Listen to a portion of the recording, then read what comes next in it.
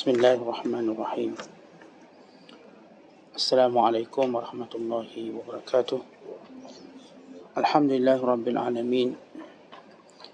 Wal 'aqibatu lil muttaqin wa la 'udwana illa 'alal zalimin. Asyhadu an la ilaha illallah wahdahu la syarika lah wa asyhadu anna Muhammadan 'abduhu wa rasuluh. Allahumma salli wa sallim wa barik ala sayyidina Muhammad wa ala alihi wa sahbihi wa man sara ala nahjihi wastanna bisunnatihi wa ihtada bihadihi ila yaumiddin. Amma ba'du. Faqala al-musannifu rahimahullahu ta'ala wa nafa'ana Allahu bihi wa bi'ulumihi fid dharain amin. Dan berkata Imam al-Allamah Syekh Abdul Qadir Al-Jilani, semoga Allah Ta'ala merahmatinya dan kita mendapat manfaat serta barakah ilmunya. Wahai hamba-hamba Allah, bertaubatlah kamu. Wahai para ulama, para fuqaha, wahai para zahid dan para abid, tiada seorang pun di antara kamu melainkan dia perlu kepada taubat. Cerita-cerita kamu ada di dalam kocekku, baik mengenai hayat kamu atau maut kamu. Jika belum ketara pada awal-awal urusan kamu, nanti akan terdedah padaku di akhirnya ketika kamu mati. Jika masih muskil padaku asal harta seorang kamu, aku tunggu bila harta itu dikeluarkan. Jika keluarnya berupa nafkah pada anak isteri, pada kaum keluarga, pada fakir miskin, dan untuk kemaslahatan umum kaum muslimin, taulah aku bahawa harta itu berasal dari yang halal. Jika keluarnya berupa pemberian kepada para siddiqin, yang mereka itu adalah orang-orang khawas Allah Ta'ala, taulah aku bahawa hasilnya datang dari sebab tawakal kepada Allah Ta'ala. Dan harta itu adalah halal yang mutlak. Aku tidak pernah berkeliling di pasaran kamu. Akan tetapi Allah Azza wa Jalla menjelaskan kepadaku semua harta kekayaan yang kamu kumpulkan dengan jalan ini dan dengan jalan-jalan yang lain. Muslimin dan muslimat yang dirahmati Allah sekalian, peringatan Syekh Abdul Qadir Jilani rahmatullahi alaihi rahmatan wasi'ah dalam beberapa perkara. Yang pertama tentang kewajiban untuk bertaubat dan menjadikan ia sebagai satu peluang yang tidak boleh dilepaskan untuk bukan sekadar segera bertaubat, bersungguh bertaubat, bahkan berterusan untuk bertaubat sehingga datang pertemuan dengan Allah Subhanahu Wa Taala.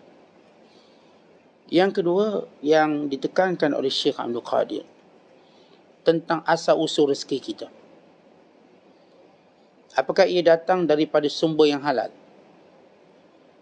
Maka kalau datang sumber yang halal, maka ada alamat dia. Sama ada alamat cara memperolehinya sehinggalah cara membelanjakannya, sehinggalah kepada kesan daripada harta tersebut.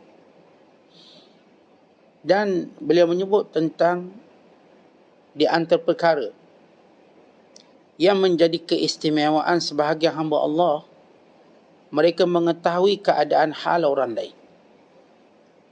Sebab itu disebut oleh para ulama, berhati-hati bila mana kamu melakukan maksiat ketika bersendirian, kelak nanti kamu bila bertemu pada khalayak, maka mereka mengetahui dosa tersebut kerana kesan yang ada pada wajahmu. Sebagaimana kita bicarakan tentang firasat sebelum ini. Kemudian beliau menyatakan bahawa maklumat yang beliau tahu tentang keadaan orang sekelilingnya dengan apa yang Allah Ta'ala beritahu. melalui alamat-alamatnya. Perkara pertama yang ditekankan di sini ialah berterusan taubat. Sama ada dia ulama, sama ada dia fuqaha, sama ada dia abid, sama ada dia zahid, maka taubat ini wajib dilakukan oleh semua manusia,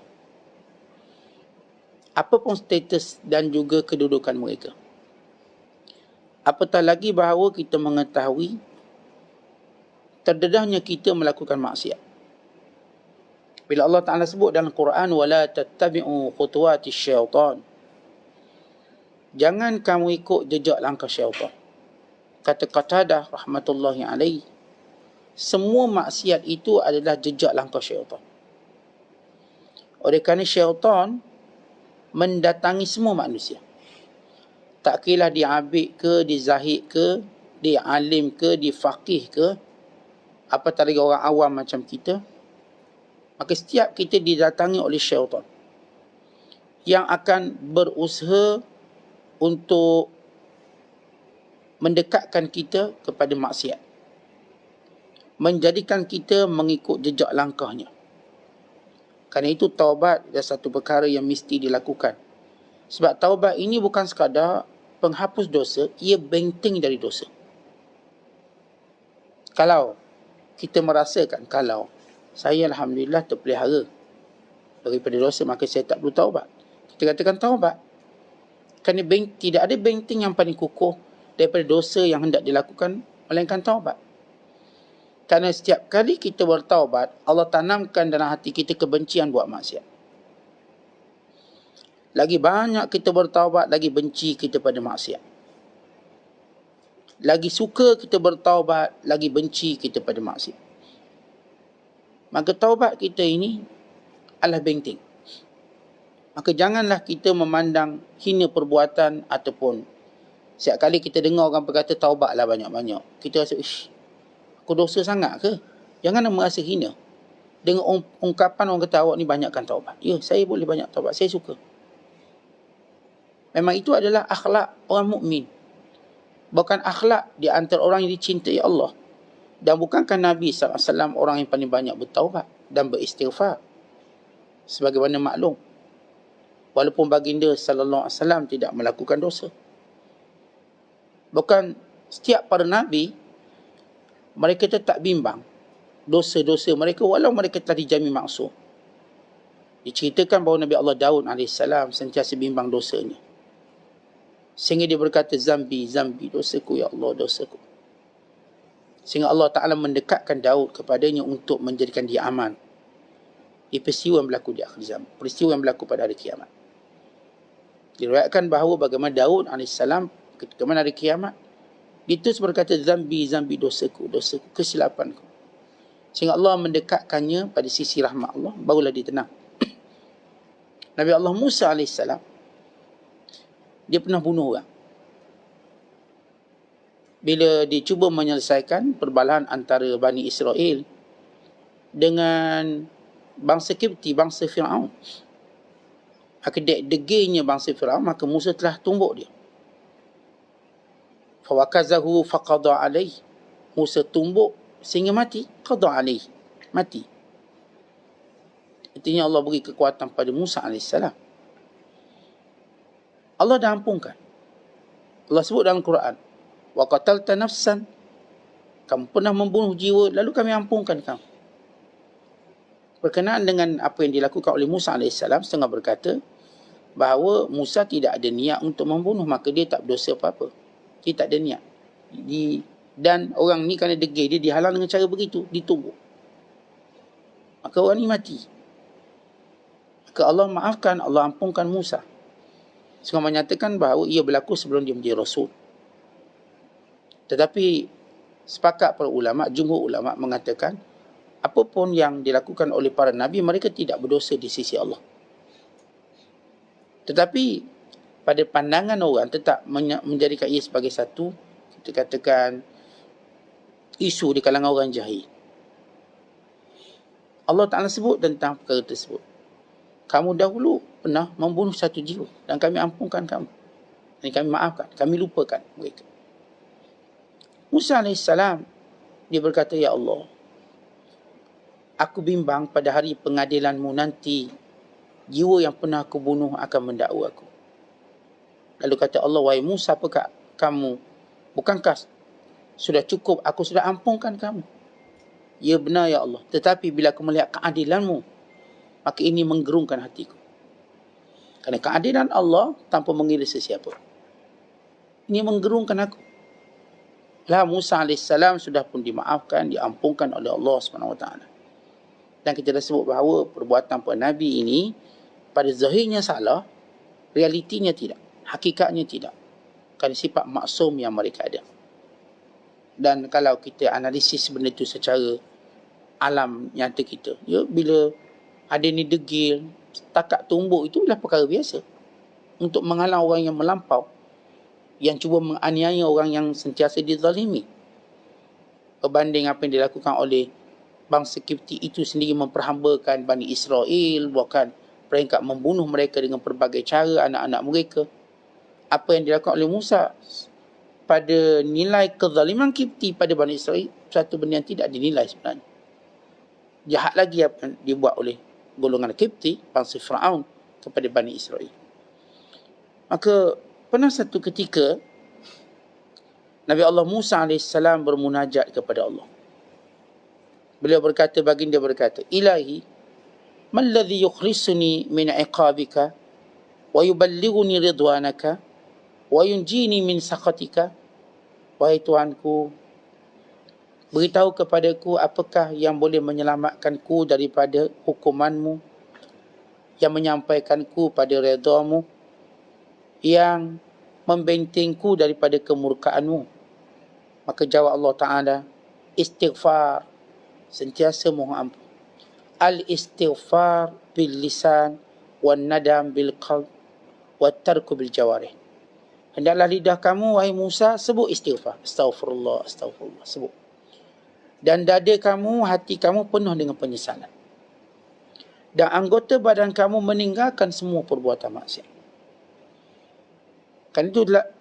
Kerana itu kata ulama, antara tanda benar taubat kita, maka kita tidak lagi mendatangkan maksiat kita, tidak mengulanginya. Sebab setiap taubat, istighfar, benteng kepada dosa yang pernah kita buat. Umpama, kalau rumah kita ada pagar, kita pun nampak ada anjing masuk ikut pagar tadi, lalu kita tutup pagar tu, supaya anjing ni tak akan masuk lagi ikut sini. Dia mungkin masuk ikut lain, tapi yang sini dah tak masuk. Kalau dia cerobong tempat lain, kita pagar lagi, kita baiki lagi pagar. Itulah perumpamaan istighfar dan taubat. Sebab itu syaitan paling takut bila seorang hamba itu beristighfar dan taubat. Sehingga syaitan berkata, patah tulang belakangku, kerana setiap aku menggodanya dan menjebaknya dalam dosa, tiba-tiba dia beristighfar. Maka inilah kemuliaan kita beristighfar. Namun kita perlu lihat istighfar kita. Kerana sebahagian istighfar kita memerlukan istighfar. Taubat memerlukan taubat. Kerana apabila kita dah buat pagar, pagar tu tak kuat, kita kena buat pagar atas pagar lagi. Kita tampak atas benda yang kita sudah tampak, dek kerana masih bocor. Artinya, taubat ini, kerana kita sebut dari taubat, biar ia berterusan. Kerana ada dosa-dosa yang mungkin memerlukan masa yang panjang untuk dihapuskan kesannya. Kerana di antara mumayyizat keisian taubat, menghilangkan kesan-kesan dosa. Dosa ni tuan-tuan, dia ada kesan dia. Di antara kesannya, ingatan orang pada kita. Orang ingat lagi kita dulu curi mempelam dia. Orang ingat lagi. Orang ingat lagi kita dulu pernah ambil duit dia. Maka itu kesan. Dan kita kena hilangkan kesan tu. Sebab orang sentiasa menyebut keaiban dosa kita buat. Orang kata dulu ni dia pernah wasakkan anak dara orang. Ini dulu dia ni pernah belasah orang dia. Orang menyebut keaiban. Sekalipun kita sudah bertaubat kepada Allah, tiba-tiba keaiban itu masih kedengaran. Kita kalau dengar balik kejahatan kita, di sebalik kita taubat, dia melemahkan kita. Dia lemah sebab kita nak jaga maruah. Maka apa yang perlu dilakukan? bila berada dalam keadaan tersebut. Artinya kalau sekiranya sesudah kita bertaubat, kita masih melihat kesan taubat kita, kesan daripada dosa kita, maka taubat lagi. Sampai kesan tu hilang, antaranya orang tak bual lagi tentang kejahatan kita. Tuan-tuan, selagi mana orang masih berbual, masih lagi berbicara tentang kejahatan kita, berarti kita perlu perbanyakkan taubat. Kan di antara kelebihan taubat itu menghilangkannya. Umpama kita basuh baju, kita tengok kesannya masih ada. Walaupun kita dah basuh dengan 3 bilasan, berarti kita kena basuh lagi. Kita cium tu bau lagi, berarti kita kena guna lagi sabun yang lebih baik. Kita dah biasa guna sabun ni, bau lagi. Last kali kita pun guna sabun naki lah, baru hilang bau dia. Berarti kita perlu buat lagi sesuatu yang menjadikan taubat itu lebih kuat. Kan itu taubat merupakan satu kemestian dalam kehidupan kita. Kata Abdullah bin Mas'ud radhiyallahu ta'ala anhu, dia kata dosa ni ada 4 jenis. Ada dosa ni ada 4 jenis. 2 dosa diampunkan, 2 dosa tidak akan diampunkan. Adapun dosa yang diampunkan, yang pertama ialah seorang melakukan dosa secara tidak sengaja. Dia buat dosa tu tak sengaja, maka Allah Ta'ala ampunkan dia, sebab dia tak sengaja. Allah Ta'ala berfirman, وَلَيْسَ عَلَيْكُمْ جُنَاهٌ فِيمَا أَخْطَأْتُمْ بِهِ, dan tiada dihukum kamu disebabkan kamu tersilap. Kalau tak sengaja kita, tangan kita ni gerak, tertampur orang, tak sengaja, kita tak berdosa. Tetapi kita ingat ni barang kita, kita pun ambil, rupanya barang orang lain. Tengok barang kita, kita pun ambil, dan orang tu pun tak tuntut lama dengan kita. Zahirnya curi, tapi ia salah faham. Salah faham. Sebab kita menyangka ni kita punya. Maka ini tidak berdosa. Dalam bentuk ketidaksengajaan dalam pelbagai. Sama ada kadang-kadang benda tu besar seperti membunuh, tapi tak sengaja. Kini saya baling batu, kena kepala orang, mati orang tu. Saya tak sengaja, saya bukan nak baling orang. Atau saya tembak, saya ingat ke rusa ke apa, tiba terkena orang, kena Tok Batik, mati Tok Batik. Saya tak bersalah, tak berdosa di sisi Allah. Masalah prosedur dunia diuruskan, tapi dari sudut hakikat hubungan dengan Allah, saya tak berdosa. Bunuh orang, demikian hal lain yang saya sebut. Kita menyangka ini tanah kita, rupanya tanah orang. Dah kita dah makan hasil banyak daripada tanah tu, tapi kita tak sengaja, kerana persempadanan yang tidak jelas. Sehingga kita dah, bila buat pagar, terlebih dah. Dalam hadis menyebut yang ambil sejengkal pun, Allah Ta'ala akan luaskannya menjadi 7 petai langit dan bumi, dan dibelit pada lehernya. Tapi dia tak sengaja dipagar sebab border atau sempadan tak jelas. Dia tak berdosa. Sebab itu Allah menyebut dalam Al-Quran, Laisa alaikum junahum fima akhta'tum bih. Suatu yang kamu buat tak sengaja, tak salah. Ini dosa yang diampunkan. Yang kedua ialah dosa yang diampunkan ialah seorang yang melakukan satu dosa dan kadang dia tahu itu dosa, kemudian dia segera bertaubat kepada Allah, maka Allah ampunkan. Itu Allah menyatakan, walladzina iza fa'alu fahishatan aw zalamu anfusahum zakarullah fastaghfaru lidzunubihim wa man yaghfiru dzunuba illallah. Orang-orang yang bila mana melakukan perkara keji, perkara dosa, atau menzalimi diri mereka sendiri, bila mana dia ingat Allah, hukumnya, dia ingat akan kemurkaan Allah, zakarullah fastaghfaru, dia cepat-cepat memohon ampun kepada Allah Ta'ala. Setiap kali kita buat dosa, kita tahu Allah pengampun, kita bertaubat. Ini 2 dosa yang Allah ampunkan. Dan ada 2 dosa Allah tak ampun. Yang pertama, dosa yang Allah Ta'ala tak ampun, bila seorang yang mengetahui benda tu dosa, dia terus buat tanpa dia bertaubat, sampailah dia mati. Sebab Allah Ta'ala tidak akan ampun orang yang tak minta pengampunan. Kerana itu kata Abdullah bin Mas'ud itu, rajulun qad amila dzamban qad alima ma fihi fa asarra alaihi wa lam yatub ila Allah. Seorang yang tahu perbuatan dosa, dia terus melakukannya dan dia berterusan melakukannya dan dia tidak bertaubat. Kenapa Allah tak ampun dia? Sebab dia tak taubat. Kenapa dia tak dapat tu? Sebab dia tak minta. Dia tak minta, maka kita pun tak bagi. Bila seorang tak minta taubat, ada beberapa sebab. Sama ada mereka memandang rendah dosa tersebut, atau kerana mereka memperkecilkan pandangan Allah terhadap dosa tersebut. Alah, cia, apa sangat ni, apa sangat. Dia tak tahu benda tu besar di sisi Allah. Dan yang keempat yang Allah Ta'ala tak ampunkan, dan ini paling bahaya sekali. Seorang yang melakukan dosa, dihiasi dosa tersebut sehingga dia menyangka itu ialah kebaikan. Dosa ni tuan-tuan, dia tak rasa itu dosa itu benda baik. Apa salahnya? Ini maksiat dalam norma baru. Bagi dia okey. Tak salah. Apa salah? Apa salah? Dia berhujah secara logik, akal dia. Apa salah? Dia kalau saya pakai seluar pendek, apa masalah? Ni kalau saya, ini kalau perempuan atlet gimnastik pakai seksi dan sebagainya, apa salah? Memang ini pakaian dia. Takkanlah nak pakai jubah. Takkanlah nak pakai tudung, nak main gimnastik. Tak masuk akal. Dia menjustifikasikan salah itu betul. Dia menormakan kejahatan itu benda baik. Fara'ahu hasana. Dia kata benda ni benda salah, benda ni benda baik, apa salahnya? Bersalaman lelaki perempuan satu kebiasaan. Bagi dia tak salam tu salah.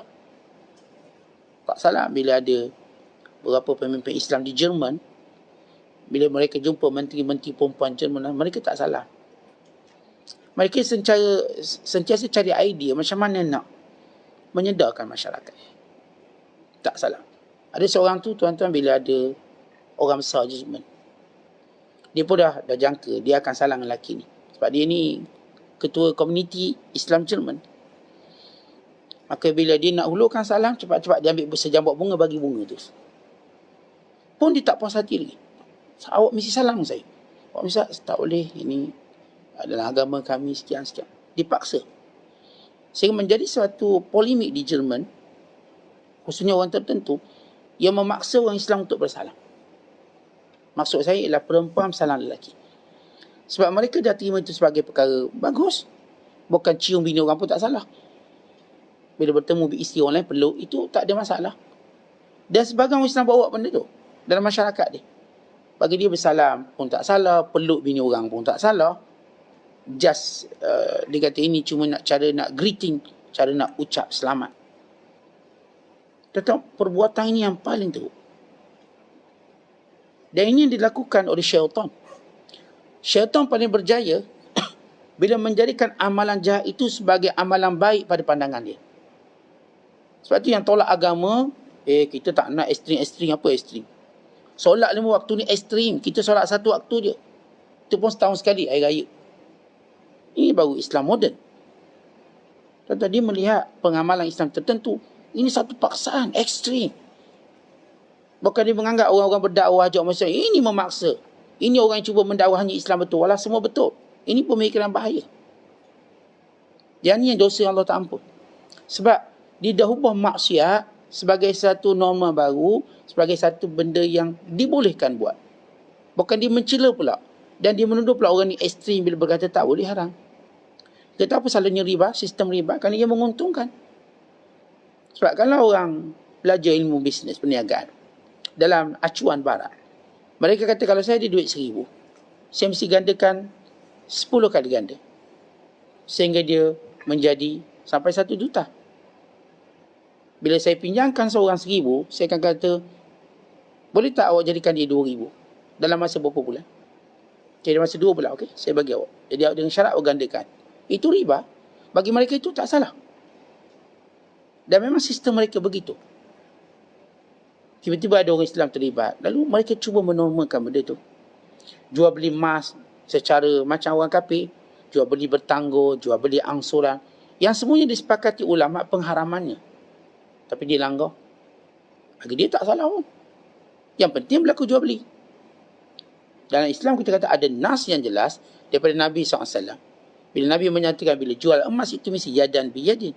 Ha'a biha'a, serah dan terima. Tak boleh ada penangguhan. Maka kalangan mereka, sama ada saya contohkan dalam bab sosial tadi, salaman, atau bab ekonomi. Sehingga pada bab yang lain, bagi mereka berdating tu tak salah, bagi mereka keluar berdua-duaan perempuan tak salah, makan dengan isteri orang tak salah. Ya, keluar dengan isteri orang waktu lunch hour, even waktu dinner tak apa. Suami saya izinkan. Ya, jumpa kawan-kawan makan dua orang, sembang, tak apa benda sembang. Walau dia berada dalam khalwat yang disukai oleh syaitan. Orang ni Allah Ta'ala tak ampunkan dosa dia. Bila maksiat itu dilihat sebagai kebiasaan. Kata Abdullah bin Mas'ud, inilah perkara yang menjadikan ramai binasa. Ini tuan-tuan, kalau jenis macam ni lah paling payah kita nak tegur. Orang kalau dia buat dosa, dia tahu benda tu dosa, cuma dia berterusan melakukannya, orang ni lebih mudah kita tegur sebenarnya. Berbanding orang menganggap tu tak dosa. Lalu waktu kita tegur, dia kata, apa awak esteem sangat ni? Benda tu kan okey, tak ada masalah. Dia tetap kekal mempertahankan sistem riba. Apa tadi sistem tu menjadi sistem negara? Sistem riba. Hiburan yang melampau. Bagi dia hiburan tak salah. Akhirnya mereka memanggil artis dengan bayaran yang mahal untuk mempersembahkan lagu-lagu yang merosakkan akhlak. Tak salah, itu hiburan. Akhirnya mereka menganggap judi itu tidak salah. Sebab itu pilihan orang. Akhirnya pusat judi dibuka. Arak juga tidak salah. Kesalahan minum arak. Asalkan jangan mabuk. Setengah mereka yang cuba menjustifikasikan keabsahan arak dalam kewujudan masyarakat. Asalkan kita minum tak mabuk. Yang salahnya mabuk. Maka mereka cuba justifikasikan. Sedangkan kata Nabi SAW, ma askara kathiruhu wa qaliluhu haram. Kalau banyak memabukkan, sedikit pun haram. Ini disebut sebagai sadu zara'i. Tapi kelompok ini tuan-tuan paling bahaya. Sebab kita katakan mereka menjustifikasikan dosa sebagai norma baru, boleh diterima. Sama ada dalam sukan, dalam ekonomi, dalam sosial, dalam sistem-sistem kehidupan lain, even dalam pendidikan. Dalam pendidikan pun sama. Atas nama pendidikan, mereka pun campur adukkan lelaki perempuan dalam satu sistem. Galakkan pergaulan bebas dan lain-lain. Aneh tuan-tuan sekalian, cara seorang ni berfikir. Tapi itulah kejayaan syaitan dalam menjadikan amalan jahat itu sebagai hiasan. Sebab itu tuan-tuan sekalian, bila kita kata tentang bertaubat dari dosa, kenapa kena taubat? Bukan sekadar kerana menjaga maruah diri kita, nanti Allah Ta'ala akan aibkan kita. Orang akan, seolah-olah kita, maksiat kita buat ni orang tahu, walau kita tak beritahu. Demikian Allah mengaibkan orang buat dosa, supaya dia malu dan dia meninggalkan dosa. Sebab itu kita bertaubat pada Allah dalam semua aspek. Taubat ini kita katakan dia benteng dalam semua aspek. Dan kita kena ingat, makhluk yang pertama yang Allah laknat dan benci itu makhluk yang melakukan dosa dan tidak mau bertaubat. Siapa? Iblis. Bukan iblis telah diisytiharkan mati oleh Allah sebelum dia mati. Walaupun iblis ni kata, Rabbi anzirni ila yaumi yub'atsun, qala innaka minal munzirin. Ya Allah, panjangkan umurku sampai hari kiamat. Kata Allah, ya. Ambillah umur sampai hari kiamat. Tapi hakikatnya iblis sudah pun mati. Dalam diriwayatkan, Allah Ta'ala mewahyukan kepada Musa dengan berkata, yang pertama mati di kalangan makhluk yang aku ciptakan ialah iblis. Demikian itu kerana dialah yang pertama yang menderhaka padaku. Dan aku mengira siapa pun yang menderhaka aku di kalangan orang yang sudah mati. Allah wahyu pada Nabi Musa, wahai Musa, kamu nak tahu siapakah makhluk yang pertama sudah mati? Bila aku cipta makhluk ni, dia dah mati. Siapa? Dia adalah iblis. Sebab ketika mana? Kerana dia ialah makhluk pertama buat maksiat pada aku. Tuan-tuan kena ingat sejarah orang buat dosa. Sejarah makhluk Allah buat dosa. Yang pertama buat dosa pada Allah, iblis. Pada hari iblis melakukan dosa, maka Allah Ta'ala telah meletakkan dia di kalangan orang yang dah mati. Kata Allah, wahai Musa, siapa pun yang buat maksiat padaku, maka aku masukkan dia dalam kelompok orang yang sudah mati. Sehinggalah dia kalau bertaubat baru hidup balik. Awaman kana maita fa ahyainahu wa ja'alna lahu nura yamshi bihi fi zulumat. Kata Allah Subhanahu Wa Taala, tidakkah kamu lihat orang yang sudah mati kerana maksiat? Fa ahyainahu, lalu kami hidupkan dia kembali. Wa ja'alna lahu nura, dan kami jadikan baginya cahaya. Yamshi bihi, yang dia berjalan dengan cahaya tersebut di kalangan manusia. Yamshi bihi bainan nas kamam mathaluhu fi dhulumat laisa bi kharij minha, atau orang yang terus berada dalam kegelapan dosa dia dan dia tak boleh keluar. Dia ada dua perbandingan Allah Ta'ala sebut dalam surah Al-An'am. Pertama, orang yang sudah mati lalu Allah hidupkan dia kembali. Sebab maksiat dia banyak sampai mati. Allah hidupkan kembali dengan cahaya Allah, dengan taubat, dengan hidayah. Maka dia dengan cahaya Allah tadi, dia boleh memimpin orang ramai. Apakah sama perbandingannya orang yang terus menerus dalam kegelapan? Laisa bi kharij minha, dia tak boleh keluar daripada gelap. Sebab itu kata Allah, wahai Musa, makhluk yang pertama mati ialah iblis. Demikian itu sebab dia pertama buat maksiat padaku. Maka siapa pun yang melakukan maksiat, maka aku kategorikan dia sebagai golongan yang sudah mati. Tu tuan-tuan sekalipun, kita katakan sama ada dosa tadi kita tahu kita buat atau kita tak tahu kita buat, kita mesti taubat. Sebab ada dosa yang kita tak tahu kita buat. Ada ke? Ya ada. Macam mana kita tak tahu kita buat? Bila kita hantar doa yang dia ajar kepada kita, Rabbi firli ma qaddamtu wa ma akhartu wa ma a'lantu wa ma asrartu wa ma asraftu wa ma anta a'lamu minni. Ya Allah, ampunkan dosa yang kamu lebih tahu ia dosa, sedangkan aku tak tahu. Dia macam ni tuan-tuan. Kalau kita nak analogi mudah, dosa tak tahu ni. Kita berkawan kawan-kawan kita ni, ada tak agak-agak dia kecil hati kita? Agak-agak lah. Tak ada, okey dia ketawa, biasa ketawa besar, tiap pagi saya ketawa. Tak, ada mungkin gurauan kita yang menjadikan dia kecil hati. Dan kita tak tahu. Baik, kalau kita bercakap dengan sahabat-sahabat kita, ada mungkin dia kecil hati. Mungkin dia kecil hati dengan kita, dengan beberapa perkataan kita. Atau kalau kita bergaul dengan mak ayah kita, agak-agak mak ayah kita kecil hati tak kita? Okey Ustaz, sebab saya bulan-bulan masuk duit, saya pun dia okey. Ada tak benda yang mungkin dia kecil hati? Tak mungkin, tak ada. Tak mungkin. Cuba tanya dia, ada tak mak? Selama saya jadi anak mak kecil hati. Mak kata tak ada. Kalau tak ada, sahaja dia nak jaga hati kita. Kalau ikut dia cakap, banyak. Habis buku mak tu dia banyak. Tetapi tak lagi kita dengan Allah. Kalau kita kata dengan Allah tak ada dosa, memang bengong betul kita ni. Kita ni orang memang mabuk dengan dunia. Tetapi siapa yang tak ada dosa dengan Allah? Bila Abu Bakar As-Siddiq minta Allah suruh ajar dia satu doa untuk dibaca dalam solat, apa yang Nabi ajar pada Abu Bakar? Tuan-tuan tahu Abu Bakar As-Siddiq macam mana iman dia pada Allah? Macam mana, walau dia tidak maksum, tapi Allah pelihara dia daripada maksiat. Tapi doa yang dia ajar, Rabbi inni zalamtu nafsi zulman kathira wa la yaghfiru dhunuba illa anta.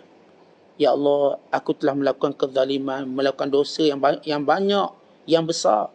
Maka tiada yang mengampuni melainkan Engkau, ya Allah. Faghfirli maghfiratan min indik. Maka ampunkan aku dengan keampunan di sisimu yang penuh dengan rahmat.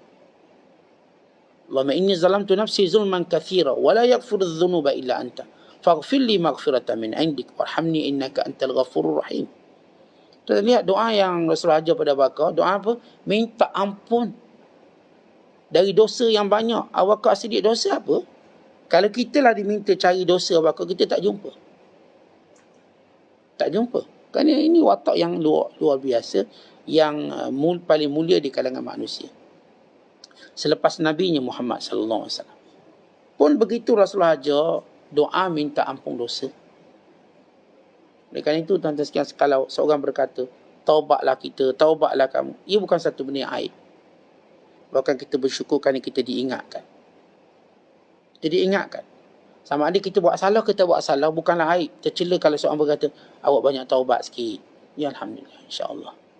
Saya tahu saya banyak dosa. Saya akan taubat sampai saya jumpa Allah. Kerana itu lidah ni tuan-tuan jangan pernah sunyi daripada menyebut istighfar. Jangan pernah sunyi sebut si istighfar. Buat astagfirullah setiap hari. Antara perkara yang menarik pertemuan Musa dengan Khidir AS. Tetapi bila Musa AS bertemu dengan Khadir AS, bila mereka berpisah, lalu kata Musa, yalah banyak ilmu aku dapat. Tapi tolong wasiatkan aku sempena perpisahan kita, ausini. Sebelum kita berpisah, wahai Khidir, tolong beri aku satu nasihat yang baik. Lalu kata Khidir pada Musa AS, dia kata, wahai Musa, kun nafa'an. Jadikan kamu orang yang sentiasa memberi manfaat. Kata itu hidup kita. Dan ini hidup orang Islam. Hidup kita beri manfaat. Wala takun dharraran. Jangan jadi penyusah orang. Jangan kamu jadi perosak. Sentiasa jadi pemberi manfaat, bukan perosak. Perhatikan hidup kita. Supaya kita hidup, kata-kata, perbuatan, wang ringgit kita semuanya yang memberi manfaat. Kepada orang dekat kita ataupun orang jauh. Wala takun dharraran. Jangan jadi perosak. Jangan jadi pencetus masalah. Kemudian kata Khidir lagi, kum basyashan wala takun ghadbana. Jadilah orang yang sentiasa ceria dan senyum. Jangan jadi pemarah. Jadi basyash itu orang yang senyum dan ceria, bukan senyum je. Senyum dan ceria, gembira. Tetapi kalau kita senyum macam tu, kata ni asyik senyum ni, ada benda tak kena. Sebab terlalu banyak senyum menampakkan kebodohan. Jadi kalau nak tengok IQ orang, tapi saya tak suruhlah tuan-tuan judge orang, tapi itu alamat. Kalau dia senyum, tak ada kena-mena senyum, itu kebodohan. Alamat kebodohan. Sebab senyum dia ada waktu dia. Bukan ada waktunya, ada orangnya, ada suasananya. Bukan setiap kali tengok senyum. Apa benda tak kena dia ni? Senyum pada waktunya. Pada waktu terpaksa senyum. Kalau datang, kalau dia ni masak senyum. Orang kata tak betul dia ni. Senyum. Tapi menarik saat dia asyik senyum. Sepanjang patah bawang senyum. Duduk ada senyum. Patah bawang. Sebenarnya dia ada masalah akal. Otak dia problem. Nabi SAW orang paling cerdik dalam dunia. Nabi tak ada senyum memanjang macam itu. Ada waktunya. Ada waktu ketika mana Rasulullah berceramah, nampak kemarahannya. Nampak ketegasannya. Ada waktu nampak kesedihan baginda sallallahu alaihi wasallam. Rasulullah ada senyumnya. Kalau senyum dia seindah senyuman. Kata senyum ni, kalau kita kedekut sangat pun tak boleh. Pemurah sangat pun tak betul. Ada waktu. Bila tuan-tuan kena senyum, bila tak. Itu kena belajar. Yang kita ceramah bab khas. Waktu senyum yang sesuai. Sebab saya katakan, orang yang senyum berpanjangan itu tanda akan dia ada problem. Salah. Yalah, kalau tuan-tuan masuk rumah bini senyum daripada pagi sampai petang senyum. Bini aku ni betul tak betul? Bang, saya nak banyakkan sedekah bang. Ni bukan banyakkan sedekah, banyakkan kebodohan ni. Ya, tuan anak senyum. Kita risau pula ni. Tegur telefon dekat Tampoi, Tanjung Rambutan. Takut ada tempat kosong. Itu bukan. Sebab dalam Islam kita katakan ada waktu, ada keadaannya. Sebab itu baginda sallallahu alaihi wasallam sentiasa contoh kita. Semua contoh. Melampau sangat tak boleh. Kedekut pun tak boleh. Dia berada pada waktunya, pada suasananya. Bila kata Khidir kepada Musa, kum basyashan wala takun ghadbana. Jadi orang yang senyum, yang ceria, jangan jadi orang yang pemarah. Irji' anil lajajah. Jangan terlibat dengan perbalahan. Tengok macam bertegang orang, irji'. Kita katakan berundur. Anil lajajah. Berundur daripada setiap benda yang boleh menyebabkan berbalah. Baik kita dengan isteri agak-agak nampak tegak, undur. Stop macam ikut kaedah kita lah. Okay, stop dengan cara kita pergi tempat lain. Cara keluar sekejap. Dengan cara tukar tajuk. Dengan cara fokuskan pada perkara lain. Tapi jangan biarkan al-lajajah atau lijajah ia berterusan. Macam kita pakai sembah api dengan minyak. Sembah api dengan minyak. Makin besar. Tak ada orang ngaku kalahnya. Baik kita suami isteri, baik kita sahabat, kawan-kawan, tak ada yang nak ngaku kalah. Jarang orang nak bagi menang percuma. Jarang. Lawan juga dia. Ya kena 12-0 pun lawan. Itu perangai manusia. Tapi yang sanggup kita katakan menarik diri daripada perbalahan, itu menandakan dia kuat. Orang gagah dan orang yang paling berakal dan bijak, dia tak akan terjebak dengan perbalahan. Dia tak terjebak. Ini kebijaksanaan kita. Kemudian kata beliau lagi, wala tamshi fi ghairi hajah. Jangan berjalan pada perkara yang tak perlu. Bila berjalan ni perlu je. Bila kita nak ke sana ke sini, biar ada satu keperluan kita nampak yang menguntungkan dunia dan akhirat kita. Wala tu'ayyir imra'an bi khati'atihi. Jangan kamu mencela seseorang sebab dia buat salah. Jangan. Sebab barangkali dia sudah bertaubat. Barangkali apa yang kesilapan dulu telah menjadi pengajaran besar dalam hidup dia. Maka jangan cela lagi. Kita kan tuan-tuan macam kita dah jadi satu martabat. Sekarang namanya martabat netizen. Dulu orang ambil martabat wali. Kita hari ni mendapat martabat netizen warganet. Ini martabat tertinggi. Kan dia menghalalkan kita kutuk semua. Menteri pun kena.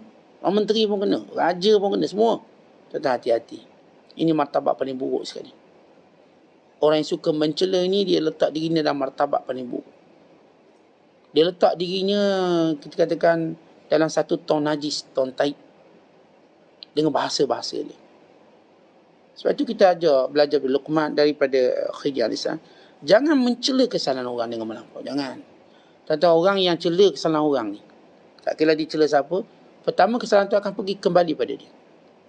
Dengan lebih teruk pada tu. Itulah apalah bla bla bla bla. Tapi kita jangan, tak payahlah tuan-tuan nak sandang martabat darjat akhir zaman ni yang disebut darjat netizen warganet. Yang saya sebut kelompok yang menghalalkan semua maki hamunya pada semua orang. Setiap kali orang tu buat salah atau tak salah pun dia cuba katakan itu salah. Tengok orang semayang dekat air pun nak jadikan salah juga. Dia jadi penyakit. Dia jadi perosak. Tengok orang, tolong orang, dia pun salahkan juga. Ini tak ikhlas ni. Tunjuk-tunjuk ni. Tengok ni. Semua benda dipandang dengan cara jahat. Kata ini martabat paling rendah pada zaman ini. Ini martabat netizen warganet ni yang saya katakan menghalalkan untuk komen yang buruk-buruk pada orang. Dia tak reti nak istighfar. Dia tak reti untuk menyebut yang positif, nak doa. Kalau doa pun untuk puak dia je. Oh, geng dia doa. Lain pada orang dia jangan. Tuan-tuan jangan begitu. Agama kita ajar kita neutralize kepada semua orang. Even kalau orang tu bukan Islam pun, kalau dia buat baik, kita memujinya. Kita tak mencela. Ini benda baik. Sebab tu kita nak, bila kita sebut ala siratil mustaqim, jalan yang lurus ini tuan-tuan, ialah orang-orang yang kita katakan tidak bias. Tak bias. Kita tenang. Yang baik kita kata baik. Kita tak kata sebab dia datang daripada orang ni tak baik. Datang orang ni baik. Bukan begitu cara kita menghukum baik atau buruk. Baik neracinya ialah Al-Quran dan Sunnah. Kalau memang dia buat benda baik, why not kita puji dia? Kalau benda tu tak baik, biarlah kita tegur dengan hati kita. Maksud saya lah, tegur dengan niat yang baik. Mengecam semata-mata tak memberikan kebaikan. Wabki ala khati'atika ya ibn Imran. Dan kemudian nasihat Khidir yang akhir sekali, sentiasalah menangis kalau kamu buat salah. Sebab saya katakan setiap kesalahan dosa tuan-tuan dia ada kesan. Kesan-kesan dia macam-macam. Sebab itu selagi mana kita nampak kesan, maka banyakkan lagi istighfar sampailah kita bertemu dengan Allah. Lepas kita menyebut tentang istighfar, kita bercakap tentang rezeki. Syekh Abdul Qadir kata, aku tahu rezeki yang kamu dapat ni halal atau haram. Kalau rezeki kamu ini terlaksana tanggungjawab kamu, itu tanda halal. Isteri dinafkahi, anak-anak dijaga, kawan kerabat kamu juga sampaikan kebaikan. Ini tanda rezeki yang halal. Tetapi bila rezeki itu halal, maka dia mudah berada pada tempat yang baik. Kalau rezeki itu haram, dia takkan sampai pada tempat yang baik. Apa pada tempat yang memang wajib. Kadang-kadang kita dengar ada orang nafkah isteri pun tak kasih. Isteri mengadu, Ustaz, suami saya tak beri nafkah. Padahal duit banyak. Duit dia bulan-bulan dapat banyak. Tapi kenapa tak sampai pada saya? Kita ada syukurlah pada Allah. Kenapa pula kena syukur? barangkali duitnya haram, maka Allah dah selamatkan kamu daripada kejahatan rezeki tadi. Tetapi kalau kita tengok seorang yang saya katakan dia mampu tapi tiba-tiba dia mengabaikan nafkah pada isteri, pada anak, pada ibu bapa, pada kaum kerabat, memang rezeki dia ada masalah. Sumber dia. Satu kata Syekh Abdul Qadir, aku tahu sumber ni haram ke syubhah, aku tahu. Dengan cara bagaimana ia dibelanjakan. Sebab kalau kita dapat yang baik, insya-Allah belanja pun baik. Secara umum, kalau dengan kita dapat rezeki, masya-Allah, mak ayah merasa isteri sementelah lah. Isteri beling-beling kat kandang dia. Kiri kanan beling-beling. Anak-anak pun masya-Allah diluaskan, dilapangkan rezeki. Jiran tetangga pun dapat rasa rezeki dia. Kawan-kawan dia pun dapat tumpang rezeki dia. Semua orang boleh tumpang rezeki, maka dia daripada sumber yang baik. Sumber yang baik, sumber yang halal. Kerana itu, tuan-tuan perhatikan mana kecenderungan kita belanja duit kita. Kalau saya cenderung untuk bagi pada isteri saya, cenderung untuk bagi pada anak saya, itu rezeki yang baik. Ini isteri minta, susahnya nak dapat. Buat surat permohonan, hantar malam-malam. Bang, tolonglah bang, surat permohonan. Memohon membeli barang dapur bulan ni. Kena mohon ni. Kena hantar proposal. Tu belum tentu. Tunggu mesyuarat kabinet dulu. Ya, saya bercakap tentang realiti yang berlaku pada setengah-setengah suri rumah tangga. Setelah perempuan ni tak kerja, memang mengharapkan suami tanggung. Tapi suami mencuaikan. Nabi kata apa? Kafa bil mar'i ithman an yudayya' man yakutuhu. Cukuplah dosa, cukup je dosa ni untuk masuk neraka. Orang-orang yang kaum kerabatnya atau orang yang ditanggungnya dicuaikan nafkahnya. Cukuplah dosa ni dah. Tak payah dosa-dosa lain untuk kamu masuk neraka. Cukup dosa ni je. Ambil masuk neraka. Itu bahaya. Sebab tu saya katakan bila kita dapat rezeki, tengok. Kalau rezeki tadi menyebur dengan baik, Masya Allah, ini jalan baik. Isteri dapat, anak dapat, jiran dapat, mak ayah jangan cakap lah, memang dapat. Adik-beradik pun merasa, semua orang merasa ni. Kawan-kawan pun merasa. Dan kita bukan rasa sikit-sikit, rasa macam dia rasa. Ini kalau dia, kita katakan makan nasi lemak ayam, kita pun makan nasi lemak ayam. Kita lagi banyak makan, 2 ketul. Yang belanja ni seketul je makan. Kita makan 2 ketul. Artinya, ini rezeki yang baik. Sehingga dia memberi manfaat. Sehingga orang yang tumpang dia rasa macam dia lebih banyak dapat berbanding orang yang memberi pada dia. Dia rasa dia lebih banyak dapat. Sampai kata, awak ni ada duit tak ni? Banyak bagi kat kita ni. Ya, demikian rezeki itu bila berkat. Dia, tuan-tuan, jadi seronok berbelanja pada orang ni berbanding dia manfaat untuk diri dia. Dia jadi seronok. Ini yang disebut oleh Hasan al-Basri bila kami beri makan pada orang, kami kenyang dulu sebelum dia kenyang. Bukan kami makan dulu, kami rasa nikmat memberi. Allah berikan dalam hati orang ni. Sebab tu orang ni, tuan-tuan, dia suka memberi. Kenapa? Allah dah berikan dia nikmat. Jadi rezeki yang haram dia dapat lihat. Kemudian Syekh Abdul Qadir sebut, kalau rezeki ini pula sampai ke tangan orang-orang yang khawas, tiba-tiba rezeki ini sampai pada orang-orang baik, orang yang terkenal dekat dengan Allah Ta'ala, maka rezeki ini datang dengan sebab tawakal yang tinggi pada Allah. Sebab orang yang dekat dengan khawas tidak akan ambil pemberian orang secara mudah. Ini kalau sekiranya kita punya duit tadi, tuan-tuan, rezeki tadi boleh sampai, patutnya tak boleh sampai pada orang tu, boleh sampai kepada orang khawas, orang yang dekat dengan Allah. Sebab itu para sahabat berebut nak beri apa yang mereka ada pada Rasulullah SAW. Berebut nak beri hadiah pada Nabi SAW. Sebab bila sampai pada Rasulullah, hebat rezeki tu. Datang daripada tawakal. Tawakal yang tinggi. Sebab saya katakan orang yang tertentu ini bukan jenis mudah nak ambil orang. Sebab dia tak, kita katakan bukan jenis tamak dengan apa yang ada di tangan orang lain. Sebab dia tak meminta dengan orang. Dan dia tak jadikan hidupnya untuk meminta dengan orang. Tapi akan sampai pada dia. Baik, kalau sekiranya sampai pasti yang menyampaikan itu rezeki datang daripada tawakal yang kuat pada Allah. Kita tahu antara para ulama menyebut 6 cara bagaimana rezeki itu sampai. Macam mana rezeki itu boleh sampai pada kita dengan cara yang halal. Ini kita bercakap pada konsep rezeki halal, rezeki baik, rezeki yang penuh keberkatan. Ini 6 cara.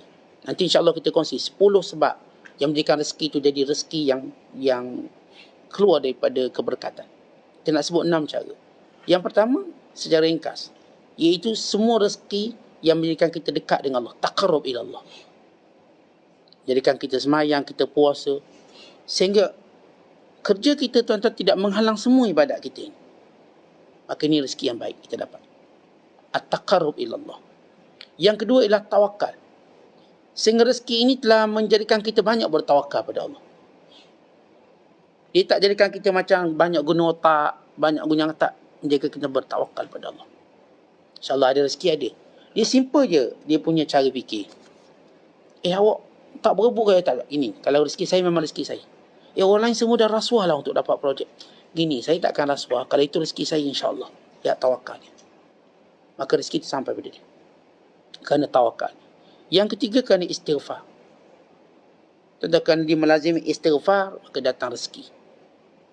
Sebagaimana Allah Ta'ala sebut dalam Quran. فَقُلْتُ اسْتَغْفِرُوا رَبَّكُمْ إِنَّهُ كَانَ غَفَّارًا. Dan Nabi Nuh berkata kepada kaumnya, banyakkan istighfar, nanti Allah lapangkan rezeki kamu.